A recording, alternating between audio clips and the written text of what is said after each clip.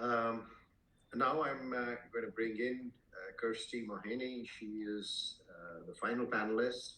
She is a skincare professional who's worked for 25 years within the industry of beauty, skincare, and has worked with many, many leading companies. She runs her own brand agency, Skin Insight, and supports indie skincare brands on their brand journey. She has many interests, which we will talk about, which span a holistic lifestyle, including yoga, well-being, holistically, and she's done yoga teacher training, and among other things. There is maybe a small aspect or a significant aspect in cosmetics industry about what we had earlier done in terms of cruelty on animals, and lots of people had talked about it, and I think we have changed our ways. But but to bring you into the conversation, the scope of this conversation obviously ranges from something like Wholesome, which is building, millions of tons of material, to a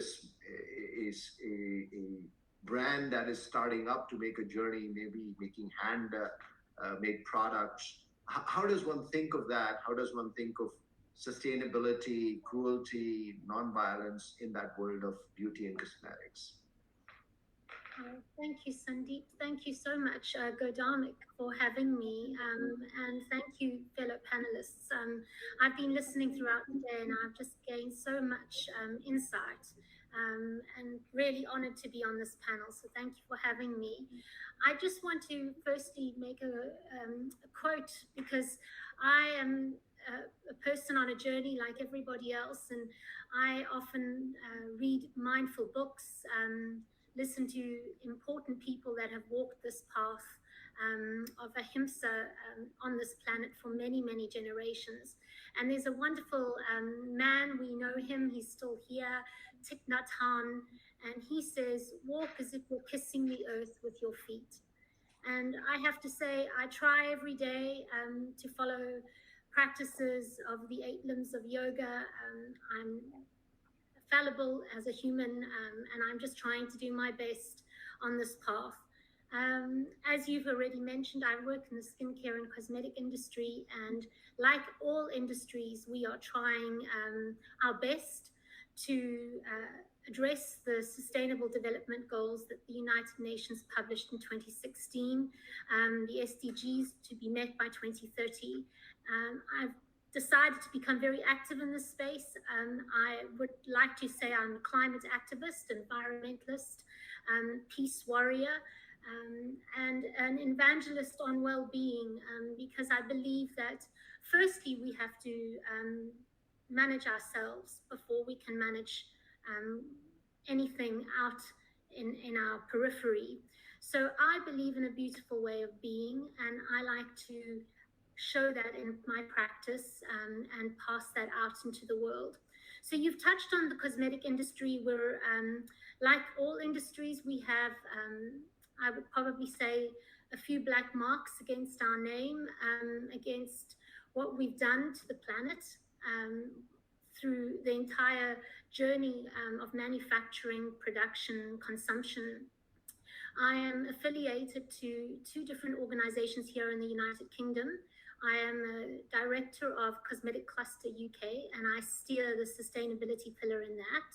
I've also recently become part of the British Beauty Council and the Sustainability Beauty Coalition. And both of these organizations are challenging the cosmetic industry in the United Kingdom and abroad to address sustainability. You have mentioned animal testing, and that is a very big concern in our industry. And there's been a lot going on with regards to animal testing. I don't know if you're aware, but since 2013, here in Europe, we banned animal testing. So that has not been allowed. However, they say that there are 1 in 4 countries around the world that still continue to test on animals for your cosmetic and beauty products. And that, of course, is quite alarming. Also, if you were doing business as a skincare or cosmetic brand with China, up until this year, May 2020, some of your cosmetic products that were entering China would have had to go through some form of animal testing.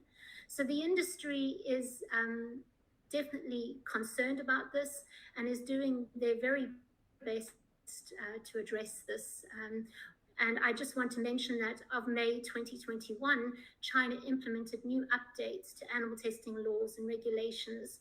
And that has really been driven largely by a number of brands trying to enter China but are hindered because of the animal testing regulations.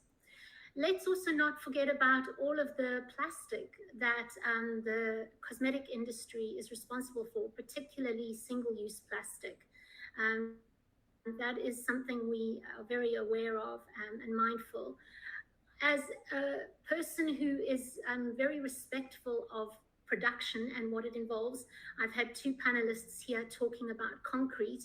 I would also like to just say that I'm not here to denigrate plastic as a product, because it is actually a phenomenal product and it has done a huge amount for us. But we have a real issue on what we're doing from the waste, what we have.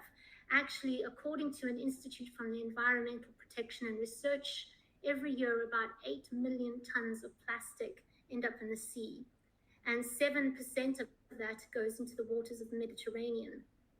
So we have a real issue in not only how we manufacture our products, where we get our raw ingredients from, are they sustainable, are we depleting our natural capital, but what are we doing with end of life? And these are very important questions we are addressing and trying to find solutions for here in the United Kingdom, and I believe abroad with all of the big global cosmetic companies. I just want to say that consumers are very concerned as well. A recent study highlighted in the new report that has just come out by the Sustainability Beauty Coalition said that a recent study of 23,000 beauty shoppers found that almost half are looking for more information, clarity about brands' values, commitments to the environment. They want ingredients, recyclability, packaging, animal welfare are amongst the frequently searched topics when a consumer is buying a cosmetic product.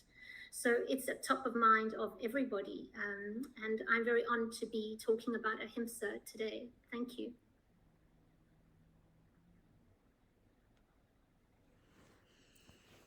For mentioning the carbon emissions is actually how we use a product, our consumption.